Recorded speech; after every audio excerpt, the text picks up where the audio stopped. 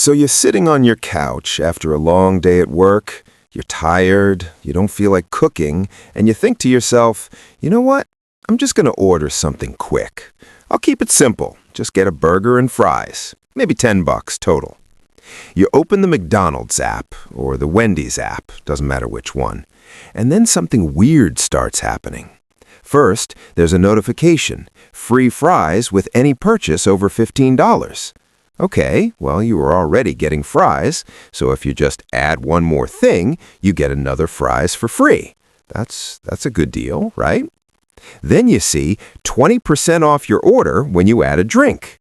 Well, you were going to get a drink anyway, might as well save 20%. Oh, and look at that. There's a deals tab. 2 Big Macs for $6? That's insane value. You don't need 2 Big Macs right now, but you could save one for tomorrow. You're basically saving money by spending money. And before you know it, you're staring at a $34 order for what was supposed to be a simple $10 meal. And here's the really crazy part. This isn't an accident. This isn't you having weak willpower. This is the result of millions of dollars in psychological research, A/B testing, and interface design specifically engineered to make you spend 2-3 times more than you intended. And it's working. Holy shit, is it working? My name is Nick, and I spend way too much time thinking about how fast food companies have turned their mobile apps into psychological warfare machines designed to extract maximum dollars from your bank account while making you feel like you're getting deals. If you're someone who's ever looked at your bank statement at the end of the month and thought, wait, I spent how much on DoorDash and fast food apps? Make sure to hit that subscribe button and give this video a thumbs up if this helps you out. Because today, we're going to break down exactly how these apps are designed, why they work so well, and most importantly, how much money this is actually costing you over time. And I'm going to show you the math that these companies are doing behind the scenes that they really don't want you to see. Here's what most people don't realize. The average person who uses fast food apps spends about 2.3 times more per order than someone who orders at the counter in person. That's according to internal data from a 2023 industry analysis by QSR magazine. Let me put that in real numbers. If you go into a McDonald's and order at the counter, the average ticket is about $8.50. If you order through the McDonald's app, the average ticket is $19.75. Same food, same restaurant. The only difference is the interface you're using to order. And that interface is designed, and I mean pixel by pixel designed, to make you spend more money. Now, you might be thinking, okay, Nick, but I use these apps because I'm getting deals. I'm saving money with all these coupons and promotions. And that's exactly what they want you to think. That's the entire psychological trap. Here's the thing. You're not saving money. You're spending more money while feeling good about it. And that is so much more profitable for them than just charging you full price. Let me explain how this actually works, because once you see it, you can't unsee it. When you walk into a fast food restaurant, you have what psychologists call environmental friction. You have to get in your car, drive there, wait in line, interact with another human being, and order out loud. All of that friction creates natural spending boundaries. You're conscious of what you're ordering because there's a person standing there waiting for you to decide. But when you're on an app, sitting on your couch, in your pajamas, all that friction disappears. And fast food companies have realized something incredible. When you remove friction from purchasing, people will spend unconsciously, and unconscious spending is the most profitable kind of spending. Here's where it gets really interesting. These apps are using something called dark patterns, which is a design term for user interfaces that trick people into doing things they didn't intend to do. And the fast food industry has taken dark patterns and turned them into an art form. Let me walk you through the typical journey of someone using one of these apps, and I want you to pay attention to how many psychological manipulation tactics are deployed in a single ordering session. Tactic number 1, the welcome reward.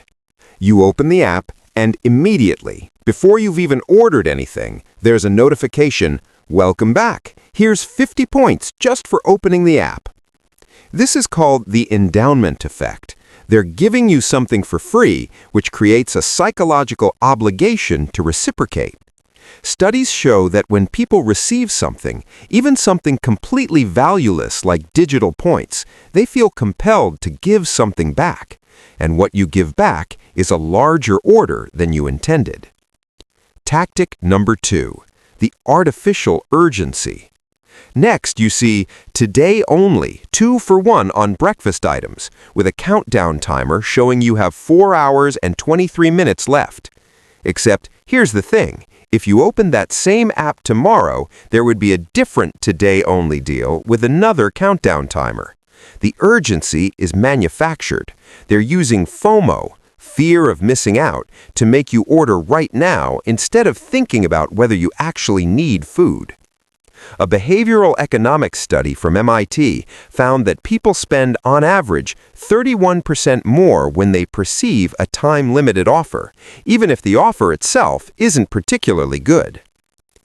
Tactic number 3, the threshold gamification. Now you start building your order. You add a burger. The app immediately shows you, add $3.50 more to unlock free delivery. This is called threshold pricing, and it's absolutely genius from a profit standpoint. You weren't planning to spend $15, you were planning to spend $11.50, but now you're doing mental math. If I spend $3.50 more, I save $2.99 on delivery. That's basically saving money. Except you weren't going to pay for delivery anyway, you were going to pick it up. But now the app has reframed your entire decision as spending to save, instead of spending more. Tactic number 4, the default upsell. You go to customize your burger, and every single option is pre-selected to the larger, more expensive version. Extra patty? Already checked. Large fries instead of medium? Already selected. Premium toppings? Pre-added. You have to actively uncheck things to get the basic version you wanted. This is called default bias, and research shows that 60 to 80% of people just accept whatever defaults are set, because unchecking boxes feels like you're losing something you already had. Tactic number 5, the Deals tab trap. Here's where it gets really insidious. You click on the Deals tab because you want to save money, but every single deal requires you to spend more than you planned. Buy one, get one 50% off sounds like a deal, but you weren't planning to buy 2, so you're not saving 50% on the second item. You're spending 150% more than you intended. Save $5 when you spend $20 isn't saving money when you were only planning to spend $12. You're spending $8 more to save $5. That's a net loss of $3, but the app has framed it as saving. Let me show you the actual math on what this costs people over time, because this is where it gets genuinely scary. Let's say you're someone who orders from fast food apps twice a week. Not every day, just twice a week. That's pretty conservative for a lot of Americans.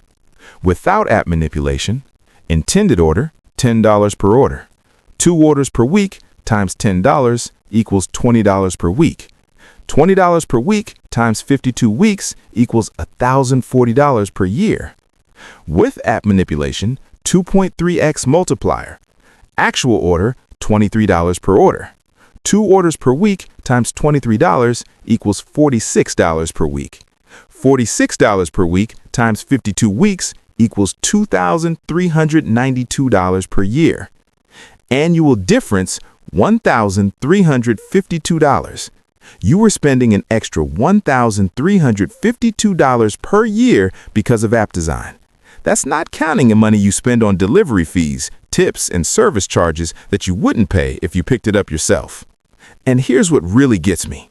$1,352 per year is the difference between having an emergency fund and not having one for most Americans. It's the difference between paying off a credit card and staying in debt. It's the difference between investing for your future and living paycheck to paycheck.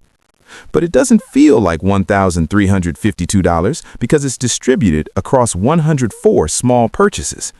Each individual purchase feels fine. It's only when you zoom out and look at the annual total that you realize you've been systematically separated from over $1,000. The loyalty trap. Now, I know what some of you are thinking, but Nick, I'm using these apps strategically. I'm only ordering when I have points or when there's a good deal. I'm gaming the system. Look, I hate to break this to you, but you're not gaming the system. The system is gaming you. And it's doing it through something called gamification, combined with the sunk cost fallacy. Here's how it works. These apps have point systems. You earn 10 points per dollar spent. When you get 1,500 points, you get a free burger. Sounds great, right? Let's do the math. If you need 1,500 points and you get 10 points per dollar, you need to spend $150 to get a free $5 burger. That's a 3.3% return. You know what else gives you a 3.3% return? A basic credit card with cashback. Except with a credit card, you can use those points anywhere on anything at any time. With McDonald's points, you can only use them at McDonald's on specific menu items with expiration dates. But here's the psychological trap. Once you have 800 points, you start thinking, well, I'm already halfway to a free burger. I should order from McDonald's again so I don't waste these points. That's the sunk cost fallacy. You're spending real money to preserve imaginary value, and that's exactly what they want you to do. A 2022 study from Cornell University found that loyalty program members spend on average 27% more per transaction than non-members, and 43% of loyalty program points go unredeemed because they expire or people forget about them. So the fast food companies get you to spend more, and then 43% of the time, they don't even have to give you the reward. It's absolutely brilliant from a business perspective and absolutely terrible for your wallet. Let me show you some of the other specific dark patterns these apps use, because once you know what to look for, you'll see them everywhere. The decoy effect. They'll show you 3 options: small for $2, medium for $5.50, large for $6. The medium is intentionally overpriced to make the large look like a better deal. Nobody orders the medium, but by having it there, they get more people to order large instead of small. The scarcity illusion. Only 2 left at this location, except if you close the app and reopen it an hour later, there are somehow still only 2 left. The scarcity is fake, but it triggers urgency. The surprise fees. You build your entire order, you're ready to check out, and then suddenly there are fees you didn't see before. Service fee, small order fee, delivery fee, busy area fee. You've already invested time building your order, so you're likely to just accept the fees and complete the purchase. This is called drip pricing, and it's designed to exploit the sunk cost fallacy. The social proof. Most popular item. 90% of customers add this. These are often completely made up or based on manipulated data, but they work because humans are social creatures who trust what other people are doing. The personalization trap. Based on your previous orders, we recommend. This feels helpful. It feels like the app is working for you, but what it's actually doing is creating a filter bubble where you only see high-margin items the company wants you to order. Here's what I want you to understand. I'm not saying never use these apps. I'm not saying fast food is evil. What I'm saying is that these apps are designed to exploit your psychological vulnerabilities, and you need to use them with your eyes open. If you're going to use a fast food app, here are the rules. Rule number 1, decide your total before opening the app. Before you even tap the icon, decide, I'm willing to spend $12 on this meal. When your cart reaches $12, you stop. You don't add just one more thing. You check out. Rule number 2, delete saved payment methods. The friction of having to enter your card information every time creates a moment of conscious decision-making. That moment can save you thousands of dollars a year. Rule number 3, Ignore the Deals tab entirely. Unless the deal is for something you were already planning to order, it's not a deal. It's a trap. Rule number 4, track your spending. Set up a separate category in your budget app for food delivery and apps. At the end of each month, look at the total. Really look at it. Most people are shocked when they see the number. Rule number 5, use the app like a menu, then pick up in person. If you really want the food, order through the app, but select pick up. You avoid delivery fees, tip, service charges, and the temptation to add more because you're already going there anyway. So here's what I want you to do. Tonight, when you get home, open your banking app and look at how much you've spent on food delivery and fast food apps in the last month. Really look at the number. Don't judge yourself, don't feel bad, just see it. Then ask yourself, if someone had told you at the beginning of the month you're going to spend X dollars on fast food apps this month, would you have thought that was a good use of your money? If the answer is no, then you know these apps are manipulating you into spending more than you want to spend. And that means you need to change your relationship with them. Delete the apps from your phone if you need to. Set a monthly budget and stick to it. Cook more meals at home. Meal prep on weekends. Do whatever you need to do to take control back from the algorithms. Because here's the truth. Every dollar you spend unconsciously through these manipulative apps is a dollar you're not investing in your actual future. It's a dollar you're not saving for emergencies. It's a dollar you're not using to pay off debt. And at the end of the day, that's what this is really about. It's not about whether you should eat fast food or not. It's about whether you're going to let corporations use psychological manipulation to control your financial decisions. The choice is yours. The apps are going to keep using these tactics because they work. The question is, are you going to keep falling for them? If this video helped you see how these apps are designed to manipulate you, make sure to hit that subscribe button because we're going to keep pulling back the curtain on all the ways companies are using psychology and technology to separate you from your money. And if you want me to do a breakdown of food delivery apps like DoorDash and Uber Eats next, let me know in the comments. Thanks for watching, and I'll see you in the next one.